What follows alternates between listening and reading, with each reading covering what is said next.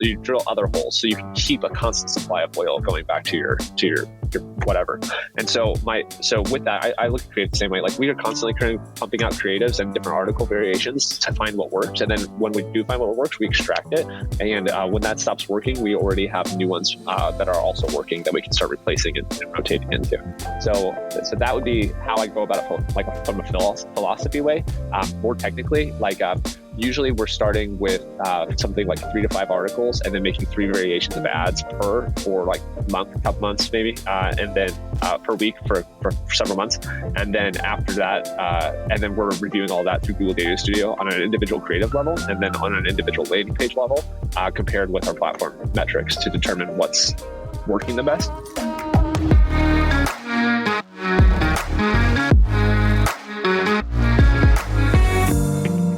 On this episode of the Rich Ad Poor Ad podcast, we have Aaron Nosbisch. In today's episode, Aaron's going to break down the importance of understanding ad policy and the importance of educational content, how to price yourself based on the true value you provide with no questions asked, and lastly, how to evaluate your business on a personal level that sets you up for the future. This is a great episode, y'all, so sit back, relax, and enjoy the show. All right, everybody, we're back in action with another episode of the Rich Ad Poor Ad podcast. Today, we have a super special guest. He's killing it in the CBD realm. I'm sure you've seen some of the ads of his clients. They're all over the place. And he's actually casually on a houseboat over in Amsterdam right now, and he's just super exciting. But I mean, these guys, they manage 1 million plus every single month, on Facebook, Instagram, all those kind of good channels there. He's the owner and founder of We Are Lucid. Aaron Nosbisch, how's it going, man? Dude, it's going well. Super glad to be here. Super glad to be chatting with you. I admired you from afar for a while. I think you're badass, and excited to talk with you about ads and entrepreneurship and what's coming in the future and what to be doing now, man. There's so much opportunity out there. It's just waiting for all of us. Oh, for sure. And I mean, you're doing some super sick projects. We had a good little chat before this. So, I mean, I know it's going to be a value-packed one, and our listeners are going to love this one. So appreciate it, man. But give everybody an idea of who you are, kind of what you're getting into, and how you kind of fell into this, situation you're in right now. 100%, man. Cool. So I'm Aaron, 27 now. I started in e-commerce when I was about 13. Before that, I was doing iPod Touch videos on how to hack them and add the App Store prior to the App Store existing. So I got from that into e-commerce with MySpace and Big Cartel. Was big into that stuff for a while, and I really cut my teeth in e-commerce with a brand called Monk. Monk was a personal and portable aromatherapy diffuser. We essentially took vaporizer technology. We stripped out the nicotine tobacco out of these products and added only essential oils or terpene.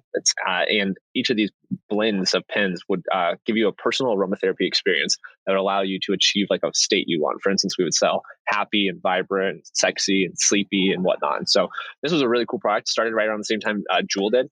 And I really tried to scale it up. I was a CMO and one of the first people on the team. I thought I owned it, learned later I didn't, but learning a tough lesson to learn.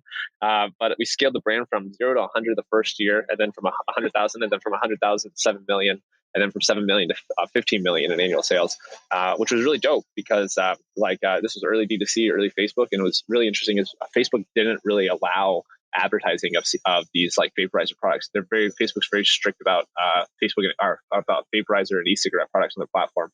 So they wouldn't let us advertise originally. I wrote a letter to Zuckerberg as well as like several other execs and was just like, this is pure innovation. If you don't understand that, you've forgotten what innovation is and the corporate machine has sucked your soul or something like that. No one responded to me, but my ad account got unlocked and like something happened to it where I could spend and do so pretty effectively. So we scaled to 5 million in spend. Back then, that was a lot of money on Facebook and Instagram with that 2014 timeframe, 2015 timeframe, and did so profitably as the first vaporizer product ever on social.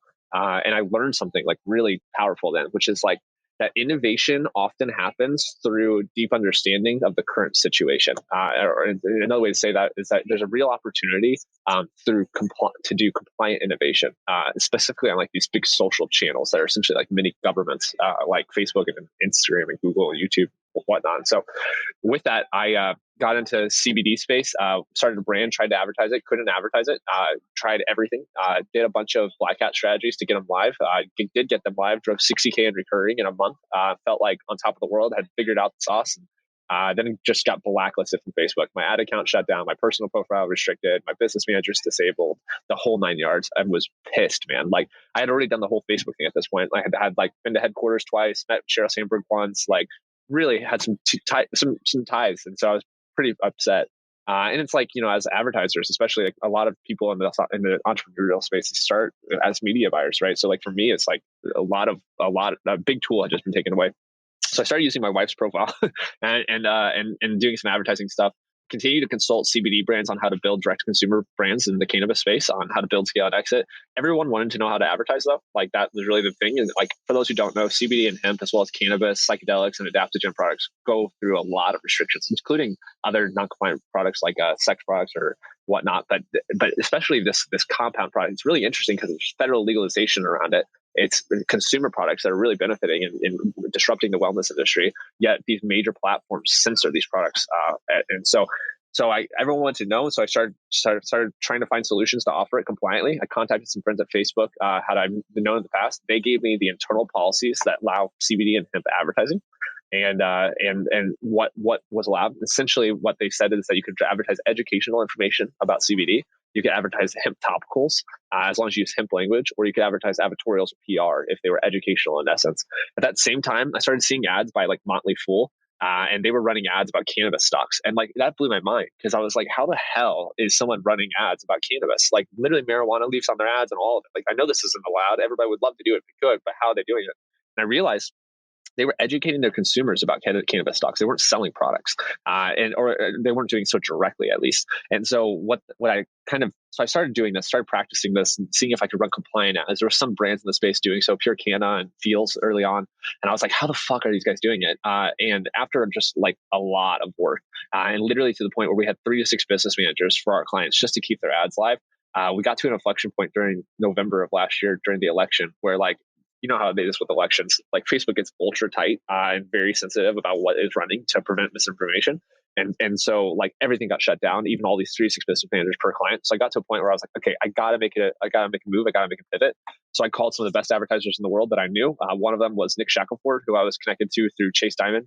And then another guy was Rob Nail, who sold his company Social Method for a shit ton of money to Power Digital, which is like a 350 person organization doing in the digital space.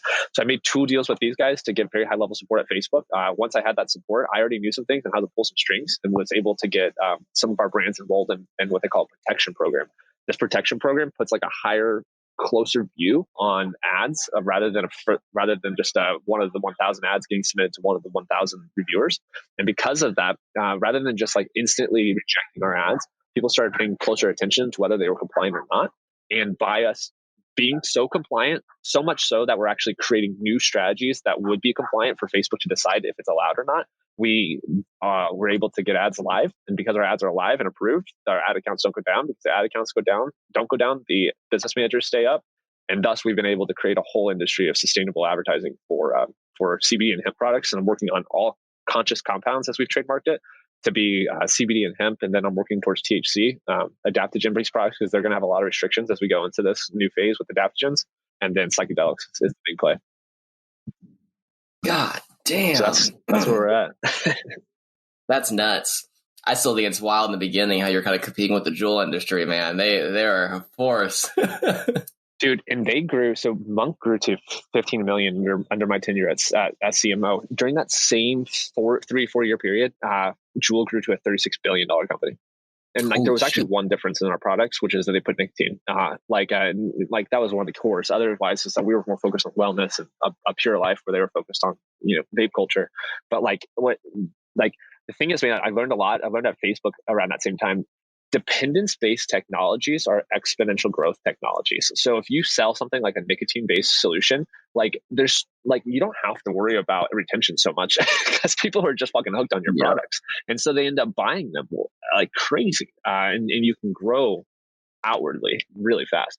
Now, should you? I don't think so. Not in the nicotine space. I don't think it's very good for people. But like it's interesting to learn about building businesses on dependence-based technologies like nicotine, and there's other ones out there too. AI is an example of a dependence-based technology. Like over time, like we rely on it, and it's able to do more than we could. So it just becomes natural. So same thing with like iPhones. Oh my gosh. Yeah, no, this is spot on. This is freaking interesting. So with your, experience in the CBD realm, what's been your biggest win so far? What's your kind of rich ad here?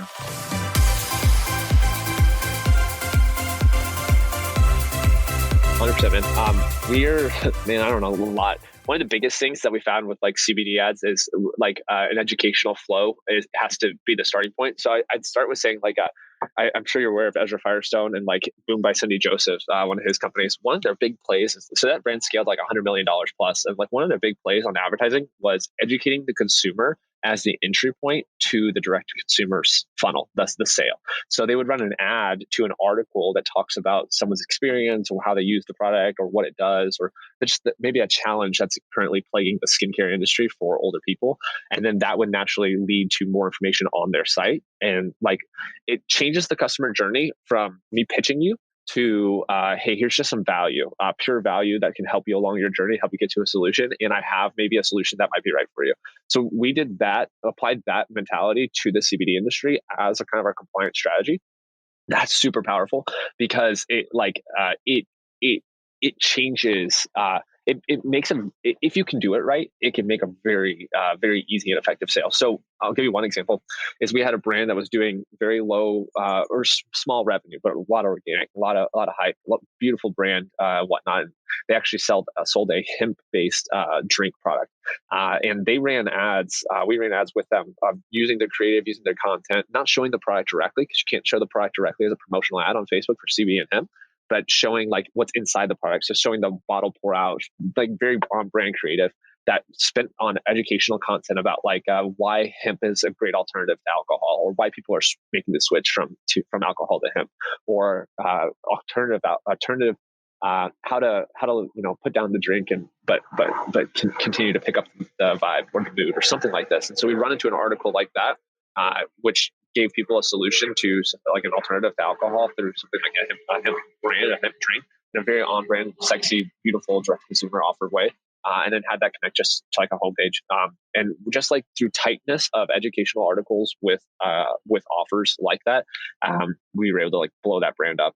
They've been out of product like for the last Q3 and Q2, and heading to Q4, I think it's going to be literally nuts. So that would be one example is what's cool about like educational content is like when you're dealing with any restricted industry, I think this applies to every restricted industry from what I can tell. If you educate the consumer, you can kind of dismantle the restrictions around digital advertising. So like they're around promotion of illicit substances or restricted categories, but like if you educate, like there's no real restrictions on it, just information about these products or these ideas. And so you can do a lot with that. So I'd say like one of the big opportunities I think people are missing in the direct to consumer space is they get so hyper focused on a quick sale, on that direct response like push, that they don't look for alternative ways to get a direct response action through more creative content strategies and advertising strategies. So driving to educational content, or just like coming up with some really strong pieces of value that you can give digitally to your consumers, and having that be the entry point rather than a direct sale. That makes sense. Now, when it comes to these educational articles, are you pretty much finding a winning one pretty quick and ramping through that single article, or is it kind of a volume play? Hey, let's see what hits, allocate accordingly, or hey, these 10 are just the cream of the crop. Let's all just spend proportionally across all 10 of these, or is it kind of a one and done article essentially?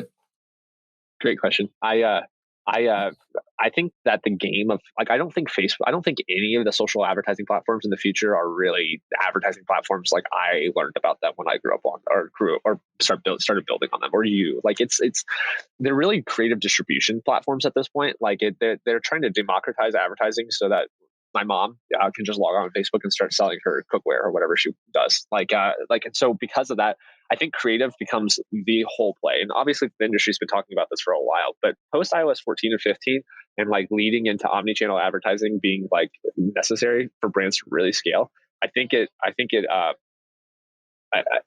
have to test religiously. And so part of that is for all of our brands, we create 3 creatives every week and our publish ready ads every week.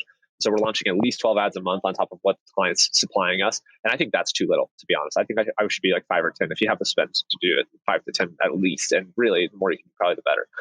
But the way I always say it, man, is like, it's an analogy of like, if you're in the desert looking for oil, you drill holes and you drill as many as you can until you find oil. And then while you're extracting oil from that hole, you drill other holes so you can keep a constant supply of oil going back to your whatever.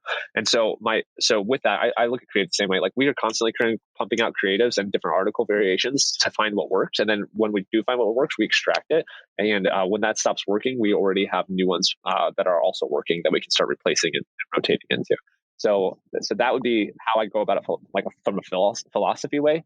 More technically, like usually we're starting with something like 3 to 5 articles, and then making 3 variations of ads for like couple months maybe, and then per week for several months. And then after that, and then we're reviewing all that through Google Data Studio on an individual creative level, and then on an individual landing page level, compared with our platform metrics to determine what's working the best. And if we find big winners, we'll do a lot of variations to see what else would work off of it, or like if an article is working, for instance, like this alcohol alternative article, there's like 1,000 ways you can say that very effectively. Or another one we do on CBD a lot is like, does CBD get you high? Or like, what does CBD feel like? Or like, what's all the hype about at CBD? Or like, why CBD doesn't work? These are all different concepts that can be expressed many different ways that would resonate with different audiences. And so we're like when we find winners, I'm always about iterating those winners quickly. Scale them to the moon, feel the fire, man. You got to there. Well, shit, that's killer. Yeah. This episode is brought to you by Funnel Dash's Ad Card, the only charge card exclusively for your digital ad spend. And if you're an ad agency that manages 7 or even 8 figures a year in media and ad spend for your clients, and you're looking to double your profits over the next 6 to 12 months, then check out Ad Card. See, the typical agency model is this. You charge 10% of your spend, and you make 10 to 20% margin at the end of the day. So that's really 1 to 2% of your client's spend that is profit in your business. The easiest way to double that is to really find a way to earn in that 1 to 2% cash back of the card that is on file of your client's ad account. And before Ad Card, what you had to do was invoice all your clients for their ad spend up front, which is really difficult on a cash flow basis and very difficult ask. And then you had to put the card on your own Amex or whatever card of choice to get that level of value back into your business. With Ad Card, it's entirely different and streamlined. You simply get your clients on Ad Card and make yourself the agency of record, and you'll get the cash back as long as you're managing the ad spend. It's a great way to double your profit without doing any additional work. Check it out at funneldash.com. So, I mean, with all these good scenarios, I want to hear of a nightmare scenario. So, I mean, what's your poor ad here? And I'm sure you've had tons of these being in these spaces. So, dude.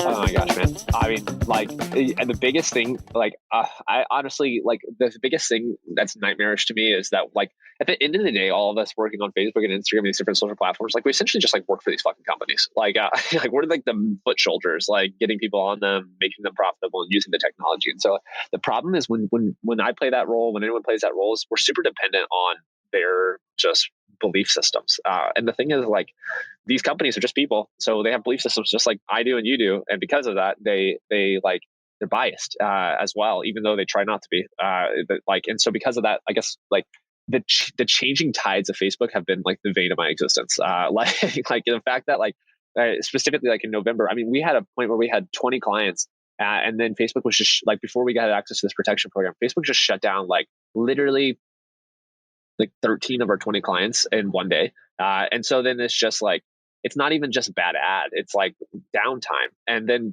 you have to factor for the people that you have employed on doing those things, like they have to do something else that's valuable. We have to create solutions for each client. We have to maintain the relationship.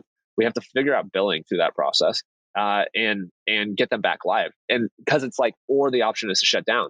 But like the need for this solution still exists. So if I just shut down, someone else will just set up to solve this the problem. So it's like, you have to have that persistence to just get through it. And so I find that like bad ads, they're easy to come back from. Bad, like big shifts, they require you to like really look at yourself and decide if you want to do this and stand back up again and go for it. And I find that like it's very like it's the challenge like that is pretty constant in my life, and I think in most people's life, but the response is the variable. Like how we decide to go about it. Do we when we have that a bad ad or the account shut down, or like the whole business model seems like, oh, is this really the right thing to do? Like deciding to stand up and realign it and control your response to the challenge that life throws at you. It's where all the fucking opportunity is, like all of it. Like if you want the opportunity, you face that challenge and you deal with that nightmare ad or that nightmare scenario that you're experiencing in your agency or business or brand, and you utilize it as motivation to take it further and go farther. And that's how I do it. And it doesn't mean it's not fucking hard, man. Like I know you get it. Like as an entrepreneur, there's not a more challenging fucking thing to do in life, I don't think. But it's like, because it's that challenging, it also has the opposite effect of being that rewarding and that impactful to society. And so I find it to be one of the greatest callings to try to create and be an entrepreneur and deal with those challenging situations, because like how else do we make change in this world? Oh yeah. And I mean, sometimes those little rude awakenings spark more of a fire in there. And I don't think people understand, what can happen to it. I know with that men's health brand we were talking about before this, I mean, shoot, we had our ad account down for 2 days. And when we came back, our conversion rate was sliced in half. Every metric was just different now. So, I mean, there's no going back to the norm after something like that happens. So it's pretty interesting out there for sure. And that just calls you to be more proactive. So, I mean, being proactive is probably the biggest thing in this industry. I think so too. Adaptive. It's like what got you here is not going to get you there. So it's like as soon as and like often like those rude shakeups, like you said, they spark the fire. Like those rude shakeups are usually because something's not working right, and that needs to change. It's and so when like if you can just see it and not like get so involved in it and just see it and decide what needs to happen or change in order to get somewhere new, and then be fearless about it, because like what's there to fear? Like then man, like that's where those magical inflection point moments happen, and people don't get that, I don't think, because it's hard. It's tough. But if you can get through those, like for instance, like me making a deal with Nick Shackelford and making a deal with Power Digital, I mean, huge inflection points in the business that allowed us to scale radically from those points. And then like to this day, like we're taking equity in brands now and building ad tech into our agency so we can sell it more as a compliant like ad tech solution.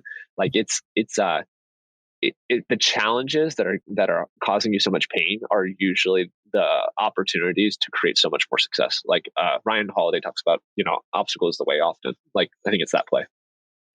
Oh yeah, and a good example if anybody's looking for business ideas right now is like we're seeing such a case for UGC influencers, dark posting essentially, to where, I mean, if somebody had an agency to, hey, we'll match up these 20 influencers with your beauty products, I would pay so much money for that.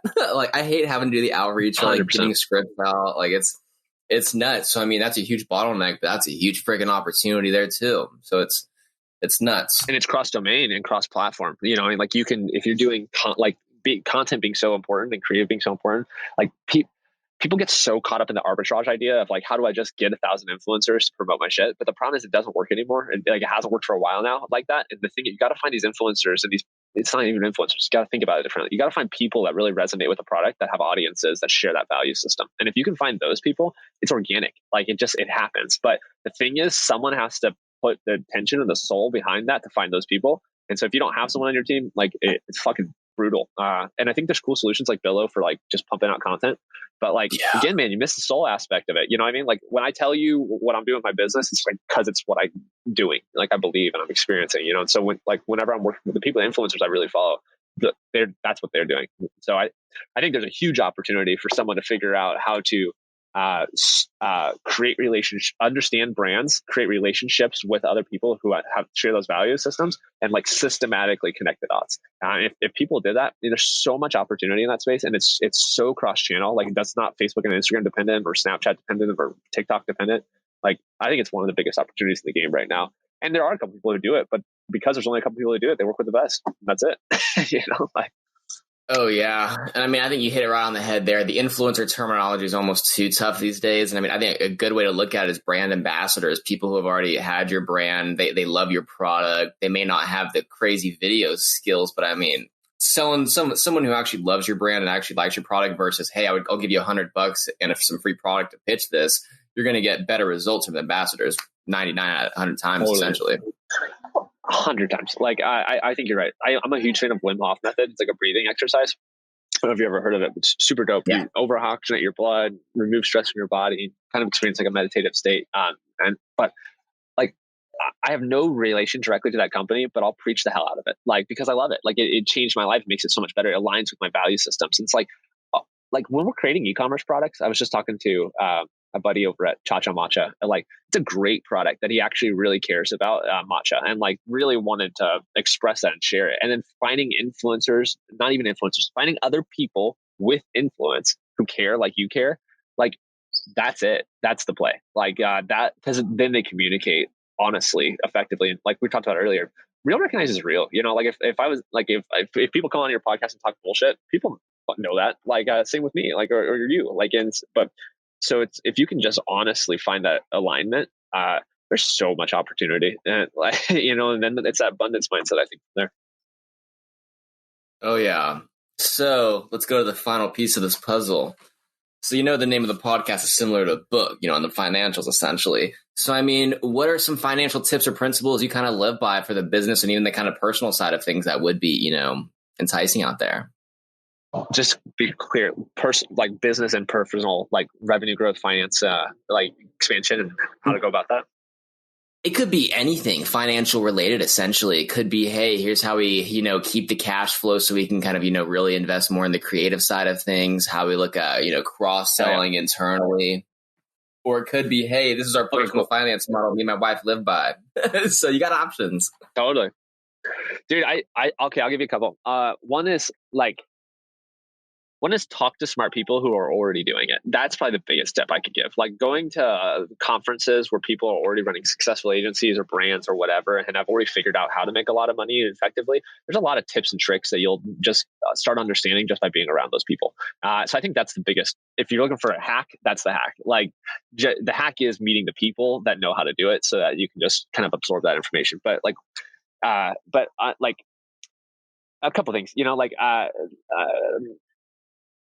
I think charge a lot, and charge a lot by like creating a lot of value. Like the variables in revenue growth are how much value you create and how much it's worth to other people. Like, and so like what we do with CBD advertising, like it doesn't actually make sense for most agencies to even try to do what we're doing, because it's such an opportunity cost to switch their focus to what we're doing versus what they're doing. And the thing is, because we focused on a challenge, something that other people weren't really focusing on, they wrote off as impossible. Like it became because the supply went down, the demand of what we were trying to offer and create went up, and we put the energy and time behind creating that value. And because of that, like we can charge a lot. Like we charge, 10K base fees or 15% of ad spend, with like on an ongoing basis, sometimes drop offs, like decent amount to charge for what we do. And because of that, but like, I guess my point is people are super satisfied because we've solved a very challenging problem for them. And thus they're in it with us, and they've experienced the struggles that we went through.